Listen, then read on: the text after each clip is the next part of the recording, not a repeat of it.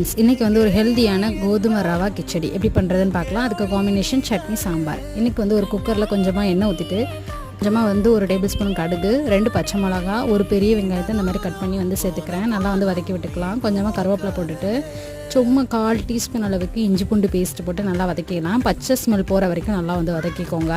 அதுக்கப்புறம் வந்து நம்ம எடுத்து வச்சுருக்கக்கூடிய நான் வந்து ஒரு கேரட்டு 3 பீன்ஸ் வந்து கட் பண்ணி போட்டிருக்கேன். பட்டாணி இருந்தால் நீங்கள் பட்டாணியும் சேர்த்துக்கோங்க. கொஞ்சமாக மல்லியிலை, உப்பு எல்லாம் சேர்த்துட்டு அது கூட கொஞ்சமாக மஞ்சத்தூளும் ஆட் பண்ணிட்டு நல்லா வந்து மிக்ஸ் பண்ணி விட்டுக்கலாம்.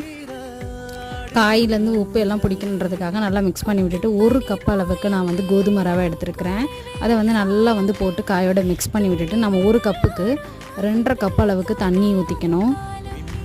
2.5 கப் அளவுக்கு தண்ணி ஊற்றிட்டு நல்லா வந்து மிக்ஸ் பண்ணி விட்டுக்கோங்க. உப்பு எல்லாம் கரெக்டாக இருக்கா அப்படின்றத செக் பண்ணிவிட்டு குக்கர் மூடி போட்டு நல்லா கிளறி விட்டு குக்கர் மூடி போட்டு 2 விசில் விட்டு எடுத்தீங்க அப்படின்னா கோதுமை ரவை